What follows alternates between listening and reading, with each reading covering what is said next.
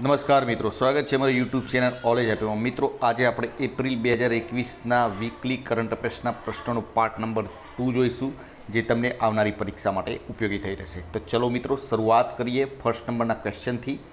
તાજેતરમાં બોલિવૂડ અભિનેત્રી શશિકલા જાવલકરનું નિધન થયું. તેમને કયા વર્ષે પદ્મશ્રી એવોર્ડ મળ્યો હતો? તો 2007માં તેમને પદ્મશ્રી એવોર્ડ મળ્યો હતો. ગુજરાતના જાણીતા કવિ, શાયર, ગઝલકાર જેમનું હાલમાં નિધન થયું તે કોણ? ખલીલ ધન તેજવી, જેમનો જન્મ 12 ડિસેમ્બર 1938ના રોજ થયો હતો અને નિધન થયું છે 4 એપ્રિલ 2021ના રોજ. આગળનો ક્વેશ્ચન. વન ડેમાં સતત સૌથી વધુ મેચ જીતવાનો વર્લ્ડ રેકોર્ડ કઈ ટીમે બનાવ્યો છે? તો ઓસ્ટ્રેલિયાની મહિલા ક્રિકેટ ટીમે આ રેકોર્ડ બનાવે છે અને સતત 22 વન ડે મેચ જીતી ચૂકી છે. સતત 22 વન ડે મેચ. એક સર્વે મુજબ ગુજરાતમાં કેટલા ઊંટ બચ્યા છે? તો ગુજરાતમાં 27,620 ઊંટ બચ્યા છે.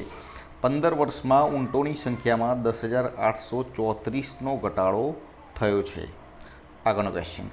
2 એપ્રિલ એટલે બાળ પુસ્તક દિવસ. 2 એપ્રિલ એટલે બાળ પુસ્તક દિવસ. 6થા નંબરનો ક્વેશ્ચન. ભારત સરકારે એક સમજૂતી અંતર્ગત કયા દેશને 800 કરોડ રૂપિયા આપવાની ઘોષણા કરી છે? તો નેપાળને 800 કરોડ રૂપિયાની આપવાની ઘોષણા કરી છે. શ્રીનગરના કયા સરોવરને ભારત સરકાર દ્વારા સંરક્ષિત વેટલેન્ડ ઘોષિત કરવામાં આવ્યું છે? તો ડાલ સરોવરને ભારત સરકાર દ્વારા સંરક્ષિત વેટલેન્ડ ઘોષિત કરવામાં આવી છે. અને હા મિત્રો, બીજી એક વાત, જો આ પ્રશ્નોની પીડીએફ લેવા માગતા હોય તો ડિસ્ક્રિપ્શનમાં ટેલિગ્રામ ચેનલની લિંક આપેલી છે, જ્યાંથી જોડાઈ જજો. કાલે સવારે તમને આની પીડીએફ મળી જશે. કયા દેશે પ્રાણીઓ માટે દુનિયાનું સૌ પ્રથમ COVID-19 રસી બનાવી છે? રશિયાએ. ચિરંજીવી સ્વાસ્થ્ય વીમા યોજના અંતર્ગત પ્રત્યેક પરિવારને વીમો આપનારું ભારતનું પ્રથમ રાજ્ય કયું બન્યું છે? તો રાજસ્થાન. બાંગ્લાદેશમાં આયોજિત સૈન્ય અભ્યાસમાં ભારતીય સેના ભાગ લેશે. આ અભ્યાસનું નામ શું છે?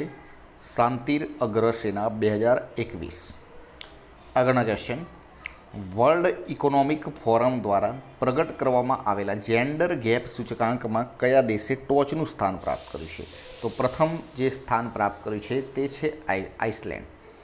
ઓડિશા સરકારે કયા સ્થળને બીજા બાયોસ્ફિયર રિઝર્વની ઘોષણા કરી છે? તો મહેન્દ્રગીરીને. વર્ષ 2020નું સરસ્વતી સન્માન કોણે આપવામાં આવ્યું? ડૉક્ટર શરણકુમાર લિંબાલેને વર્ષ 2020નું સરસ્વતી સન્માન આપવામાં આવ્યું છે.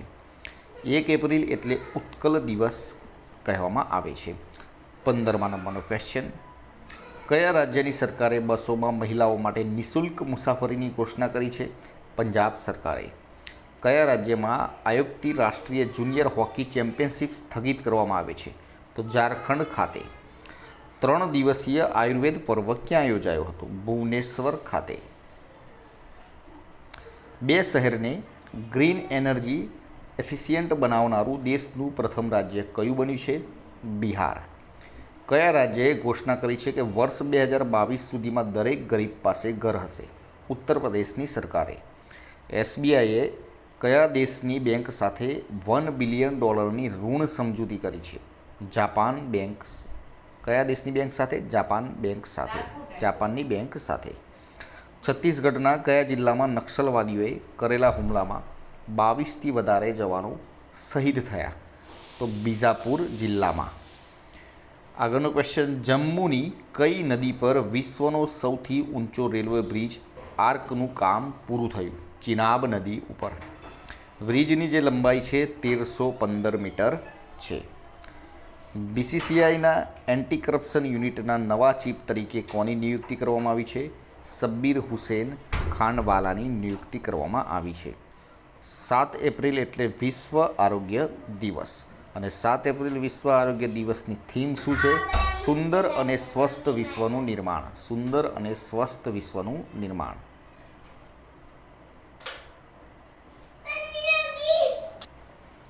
25મા નંબરનો ક્વેશ્ચન. ભારતના 48મા મુખ્ય ન્યાયમૂર્તિ તરીકે કોની નિમણૂક કરવામાં આવી? તો ગુથાલા પટી વેંકટા રમન્નાની નિમણૂક કરવામાં આવી છે.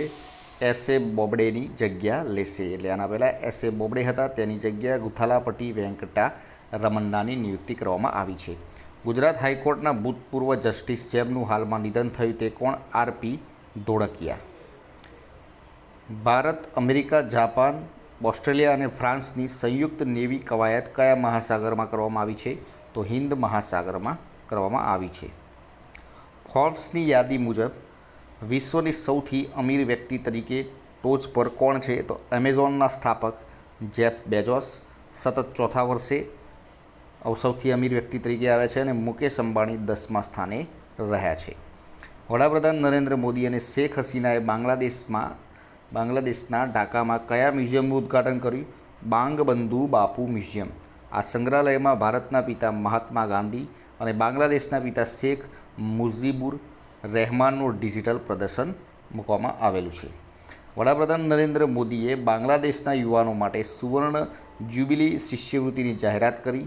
તે ભારતના વિજ્ઞાન અને ટેકનોલોજી વિભાગ દ્વારા દર વર્ષે આપવામાં આવતી એક સંશોધન ફેલોશિપ છે.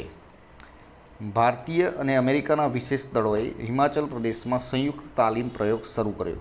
આ કવાયતનું નામ શું છે? વજ્ર પ્રહાર 2021.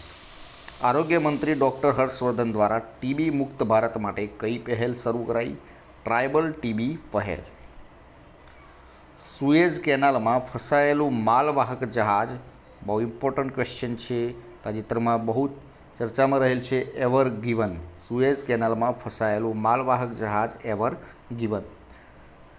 Standing conference of public enterprise સ્કોપના નવા અધ્યક્ષ તરીકે કોણ ચૂંટાયા? તો steel authority of India limited સેલના અધ્યક્ષ સોમા મુંડલ.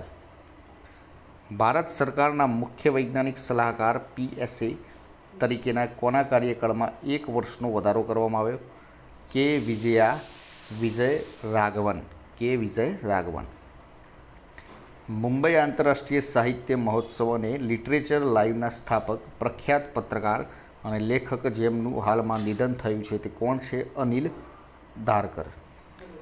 દ્વીપકલ્પ ભારતના પશ્ચિમ ઘાટના સંશોધન દળે પતંગિયાની નવી પ્રજાતિની શોધ થઈ. એટલે પતંગિયાની નવી પ્રજાતિની શોધ કઈ જગ્યાએથી થઈ? તો દ્વીપકલ્પ ભારતના પશ્ચિમ ઘાટ પર. ભારતના ભૂતપૂર્વ ગવર્નર ઉર્જિત પટેલને બ્રિટાનિયાના અતિરિક્ત નિર્દેશક તરીકે નિયુક્ત કરવામાં આવ્યા છે. તરુણ બજાજ નવા મહેસૂલ સચિવ બન્યા છે. અજય શેઠ આર્થિક બાબતોના સચિવ બન્યા છે. અનિલ કુમાર ઝા આદિજાતિ મંત્રાલયના સચિવ બન્યા છે.